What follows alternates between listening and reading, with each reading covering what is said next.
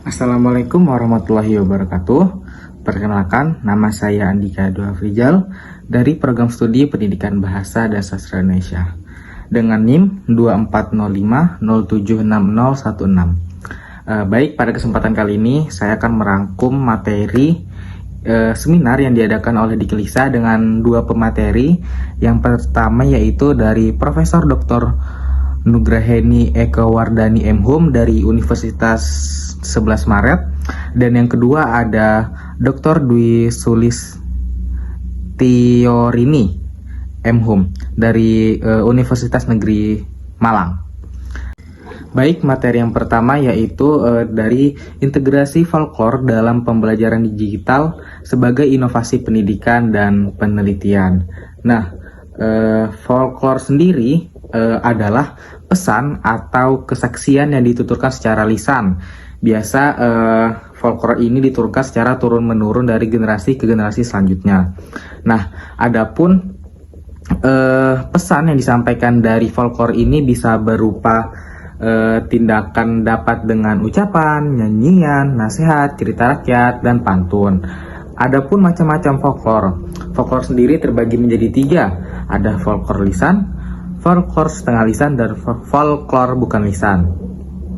Nah, untuk folklore lisan sendiri itu berupa seperti merekam cerita, wawancara dengan informan, mendokumentasikan lirik dan melodi lagu rakyat, dan yang terakhir yaitu membuat transkrip teks dari sastra lisan. Nah, pertanyaannya, perlukah disebarluaskan folklore? Ternyata perlu, karena dengan disebarluaskannya folklore sendiri banyak sekali pengetahuan yang kita dapatkan, dan juga folklore sendiri bisa tersebar di mana saja, bisa di berbagai platform media dan juga buku cetak.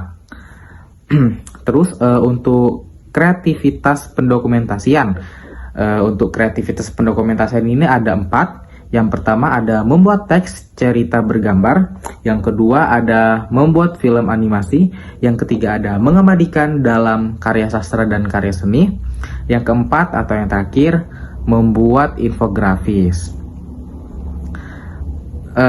Untuk teks cerita bergambar itu seperti contohnya Malin Kundang, cerita Malin Kundang, Timun Emas, dan lain-lain, dan juga cerita legenda dari Gunung Budeuk. Yang kedua ada contoh dari teks cerita fantasi. Itu seperti asal-usul Putri Duyung dari Sumatera Tengah dan lain-lain. Yang kedua, yang terakhir ada infografis sastra lisan. Nah, ini seperti cerita rakyat Sangkuriang, Putri Duyung, dan juga untuk materi yang kedua yaitu tentang penelitian dan pengembangan sastra berbasis digital. Nah, karya sastra dalam penelitian dan perkembangan sastra ini harus mempunyai beberapa jenis produk seperti benda atau perangkat keras. Nah, benda atau perangkat keras sendiri ini mencakup buku teks, buku ajar, buku pedoman pembelajaran. Yang kedua juga benda perangkat lunak. Nah, ini seperti model pembelajaran, media pembelajaran, dan evaluasi pembelajaran. Kenapa sih produk itu harus dipertimbangkan sebelum diperjualbelikan? Karena yang pertama, produk itu penting. Yang kedua, produk yang dihasilkan memiliki nilai ilmu. Yang ketiga, peneliti memiliki pengetahuan, keterampilan, dan pengalaman dalam mengembangkan produk. Yang keempat, produk belum ada sebelumnya.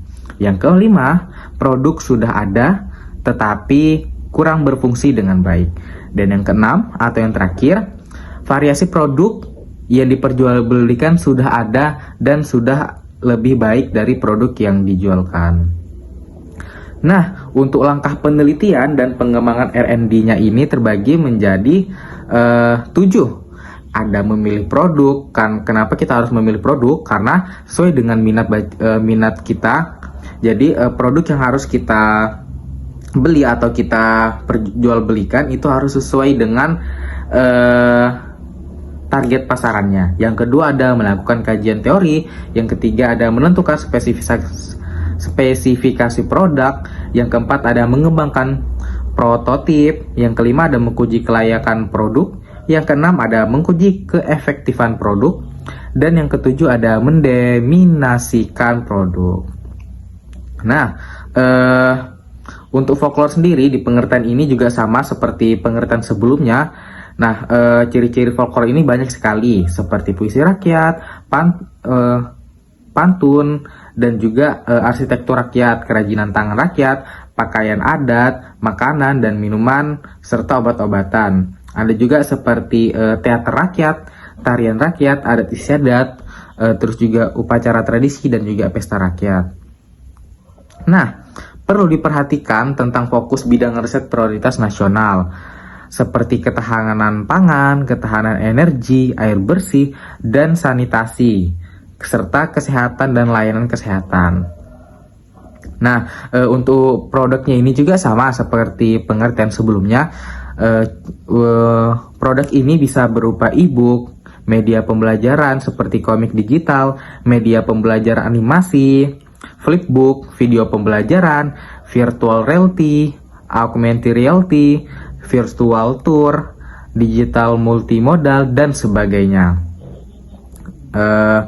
Seterusnya ada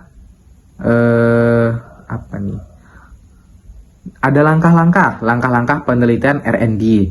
Yang pertama, memilih langkah produk yang akan dikembangkan. Yang kedua, melakukan kajian teori. Yang ketiga, menentukan spesifikasi produk.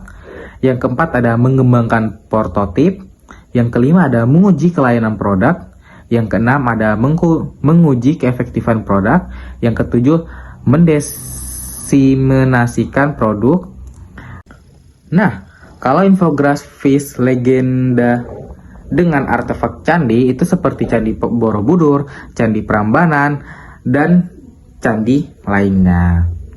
Untuk perkembangan teknologi folklore ini sendiri kayak seperti perkembangan teknologi mengubah gaya hidup generasi muda akrab dengan dunia digital, dan juga inovasi untuk menjembatani tradisi lokal dengan teknologi modern. Bagaimana sih cara implementasikan teknologi digital? Nah, cara mengimplementasi teknologi digital itu terbagi menjadi 5. Yang pertama bisa berupa animasi, yang kedua bisa berupa kuis, yang ketiga bisa berupa forum diskusi virtual seperti seminar, webinar, dan juga diskusi. Yang keempat ada e-book interaktif, dan yang kelima ada video animasi.